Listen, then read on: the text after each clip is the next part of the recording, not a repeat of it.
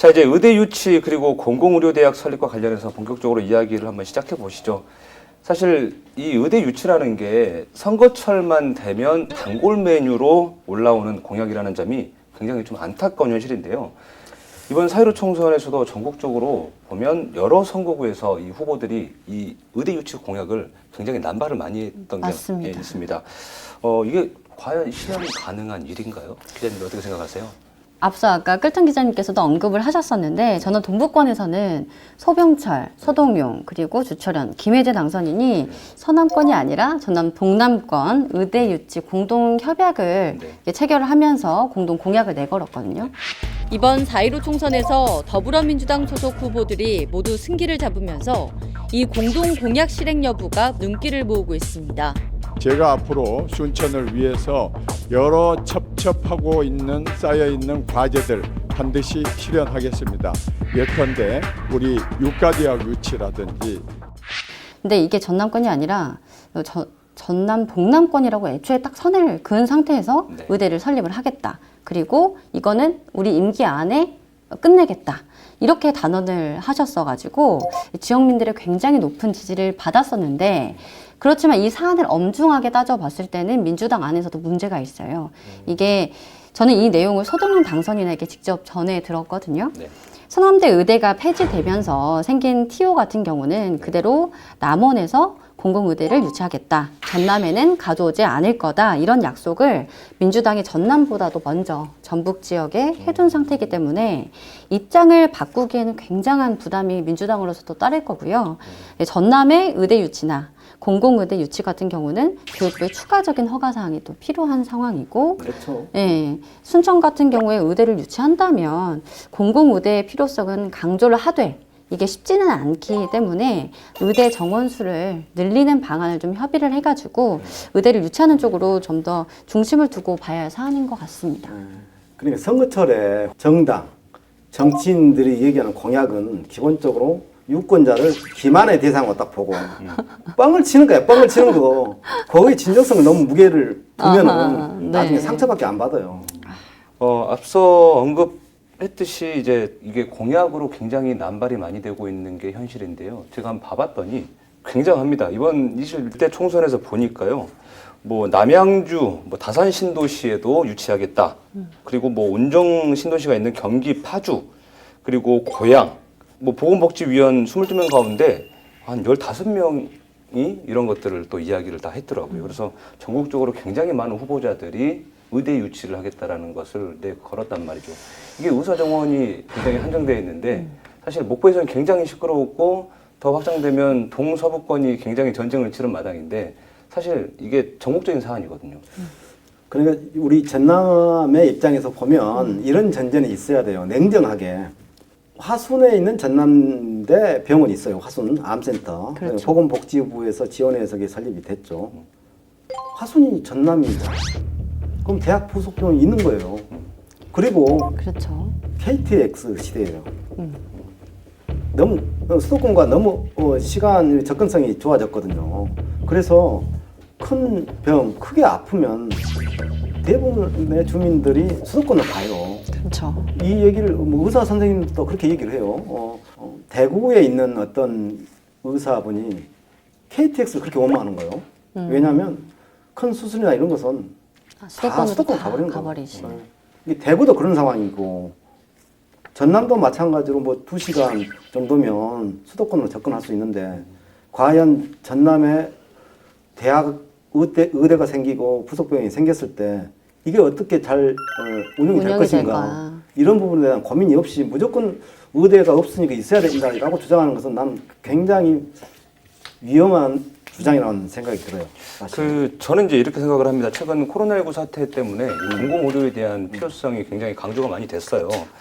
그러면서 좀 취재를 해봤더니 안 그래도 알고는 있었지만 이 목포의 어떤 의료 수준이 좀 열악하다라는 게 저는 좀 체감이 되었던 것 같아요. 그리고 이 서남권 같은 경우에는 워낙 섬이 많은 지역이다 보니까 당장 발생한 중환자를, 긴급 환자를 해결을 할 수 있는 최소한의 의료 시스템을 갖췄는가. 사실 이제 이 문제에서 이 의대 유치가 불거졌던 부분이 분명히 있지 않을까 싶은데 그렇습니다. 예, 그래서 이제 전남이 사실 의료 취약군이 굉장히 많은 지역 중에 하나예요. 전국적으로 보면 58곳이 있는데 그중에 12곳이 전남에 있다고 하더라고요. 이 의대 설립을 해야 된다고 하면서 우리가 좀 간과하고 있는 것들이 너무 많다. 그래서 제가 공부를 했어요. 공부하는 기자 정거배입니다. 2017년도에 네. 국회 예산정책처에서 비용을 추결했어요. 그러니까 의대를 설립했을 때 그리고 의과대 부속병원을 설립했을 때 돈이 얼마 정도 들어가는가 했는데 최소 1,300억이 넘습니다. 그리고 최대 3,500억이 들어요. 3,500억. 그러니까 의과대가 설립되면 이제 그 강의동이 있어야 되지 않습니까? 그리고 뭐 각종 장비가 들어와야 되고 이게 3,000억이 넘게 들어온다 이 말이에요. 그러면 또 병원은 별도예요. 부속병원은 독립법인입니다. 총장이 뭐 순천대 부속병원 하면 순천대 총장이 이사장이 돼요. 경영의 모든 책임을 져야 되는 거예요. 네. 목포대 의대가 설립되면은 그 부속병원 이사장은 목포대 총장이 되는 거고. 그러니까 보건복지부에서 의대를 설립하고 부속병원을 설립하면은 건물까지 다 지어져요. 그럼 나중에 운영은 자체 자력 경쟁을 해야 돼요. 그렇죠. 그래서 부속병원이 예를 들자면 적자를 본다. 그러면 대학 운영 예산에서 빼오든지 그래야 되는 상황이 벌어지는 거예요. 그래서 쉽지가 않다는 얘기예요. 그렇죠. 운영 면에서도 네. 생각을 이게 돌아가야 되니까 네, 쉬운 일은 아니라고 생각해요. 정말 어려운 일 같아요. 근데 그 나주 한정공대가 확정이 됐잖아요. 나주 한정공대 같은 경우에는 이게 설립 비용이 굉장히 많이 들어갔고 지금 개교를 앞두고 있는 상황인데 그에 비하면 의대 설립 비용 충분히 감당할 수 있지 않을까요? 그것과 연관이 다 돼 있어요. 의대가 전남의 의대가 왜냐하면 네. 나주에 있는 한정공대는 정치적으로 보자면 나주와 서남권을 위한 어떻게 보면 대학이에요. 혜택을 가장 많이 받아요. 그러면 당연히 네. 동북권 의대는 어떤 면에서 이게 명분과 논리가 있냐면 동북권에 있는 전남, 순천, 여수, 광양 그쪽의 주민들만 위한 것이 아니라 경남 일부까지 통영, 뭐 마산까지 포괄 해서 혜택을 받을 수 있는 그런 대학 부속병원과 대학을 의대를 설립하겠다. 그런 의도가 있다고 저는 봐요. 이상 끌떡파는 기자의 취재 결과가 있습니다. 그럴 수 있겠네요. 예. 진짜. 네. 그래서 네. 아니, 서부권에다가 의대도 주고 네. 한정공대라는 저 엄청난 프로젝트까지 다 이쪽에다 집중한다면 동북권의 반반은 뻔하지 않습니까? 네. 그리고 명분상 아까 제가 말씀을 드렸지만 화순하고 목포 이쪽 서남권하고 1시간 거리예요. 1시간 거리. 이미 화순에 전남대병원이 있는데 그렇죠. 굳이 목포에 있어야 되는가? 그것도 저는 좀 의문이 가요. 더 중요한 것은 아까 남원에 있는 전라북도가 운영하는 남원의료원이 있지 않습니까? 네. 마찬가지로 그 국립으로 하자 이런 얘기가 오갔다고 그랬지 않습니까? 네. 마찬가지로 목포의 공공의료, 서남권의 공공의료 시스템을 확보하기 위해서는 제가 생각할 때는 목포 의료원을 국립화하고 그 방안이 훨씬 더 현실적이고 비용도 적게 들고 효율적이라고 저는 생각을 해요. 이런 말을 하면 아마 나한테 돌팔매 던질 사람 많이 있을 거예요. 그러실 것 같아요. 근데 마땅 붙을 수 있어요. 논리를 갖고 말해요. 네, 네. 알겠습니다. 네, 그 공중보건이 구하는 게 굉장히 어렵다 지역에서 많이 이야기가 사실 나왔었어요. 그래서 이제 어떤 큰 틀에서 보면 그걸 국립화해 가는 과정들도 분명히 대안이 하나가 될 수 있을 것 같기는 한데요. 사실 이 시골에 누가 올 것이냐, 사실 이런 문제들도 해결해야 될 과제 중에 하나라고 또 봐요, 저는. 그래서 실제로 전남에는 감염병 전문의가 딱 2명밖에 없다고 그러더라고요. 네. 맞아요. 목포하고 순천 이렇게 2명밖에 없는데 그래서 굉장히 인원이 지금 적은 상황인데 이게 지역일수록 너무 열악하다는 생각을 제가 좀 했어요.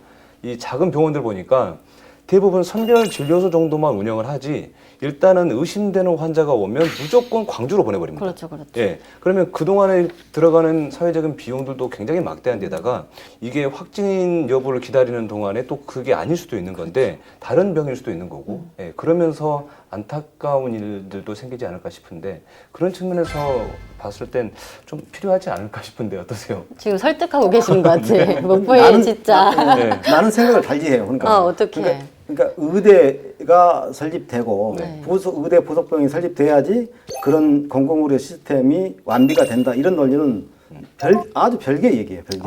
저는 그렇게 생각해요. 왜냐하면 공공의료 시스템은 국가가 관리하고 하는 공적인 기능을 하는 거예요. 그러면 기존에 제가 말씀드렸지만은 목포에 목포시 의료원이 있고 전남도가 운영하는 강진 의료원이 있고 동북권에 뭐 있죠? 아, 순천 의료원이 있습니다. 순천 의료원 네. 있죠. 순천 의료원이 있죠. 그래서 그 의료원을 기능을 강화하고 국립화하든지 이게 더 낫다 이거예요. 제가 보기에는. 그게 훨씬 더 현실성이 그리고, 예, 있는 의대를 설립해가지고 부속병원이 생기고 이렇게 하고 그 운영의 문제가 논란이 됐을 때 나중에 의대 부속병이 문 닫는다는 얘기가 나올 수밖에 없어요.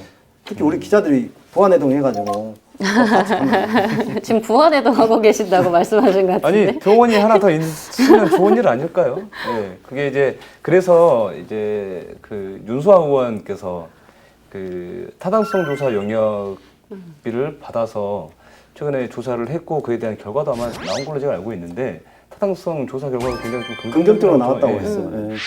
전남의 열악한 의료 환경 때문에 목포대가 20년 동안 의대 유치에 힘을 쏟고 있습니다. 하지만 다른 지역과의 치열한 경쟁과 의료계의 반발에 부딪혀 번번이 무산되고 말았습니다. 그런데 지지부진하던 의과대 설립에 최근 청신호가 켜졌습니다. 목포에 의대를 신설했을 때 얻는 편익 비율이 투자 대비 1.7에 이를 것이라는 용역 결과가 나왔기 때문입니다. 여기에 생산 유발효과는 2조 원이 넘고 직접 고용이 가능한 근로자도 5천여 명에 달해 경제적 파급 효과가 긍정적인 것으로 조사됐습니다.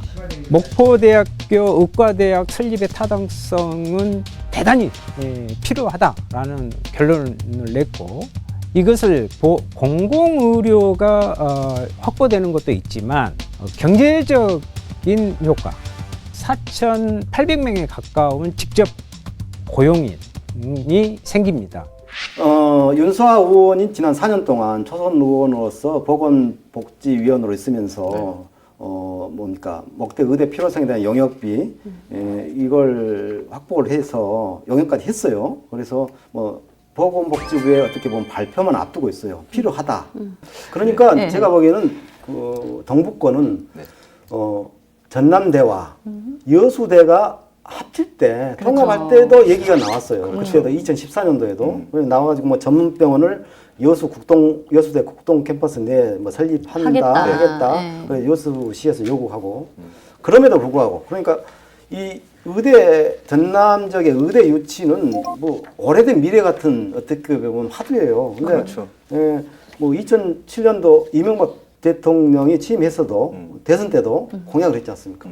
2012년도에도 마찬가지고 또 2017년도 문재인 대통령 선거 때도 마찬가지로 공약이 됐고 그럼에도 불구하고 이게 추진이 안 된 이유가 아까 내가 얘기한 거 공부하는 기자가 연구한 내용 네. 이게 녹록지가 않다. 네. 그러니까 의대만 설립해서 끝나는 게 아니라 5년까지. 병원도 설립해야 되고 부속병원도 설립해야 되고 하면 이 부속병원을 누가 이용할 것인가 그런 모든 측면을 고려했을 때 전반적으로 고려했을 때 내가 보기에는 신중해야 된다. 순천대가 됐던 목포대가 됐던 의대를 세우는 것은 신중해야 된다. 큰 과제를 떠안는 거니까요. 저는 이 주장을 굽힐 수가 없습니다. 이거 뭐 알겠습니다. 네, 인구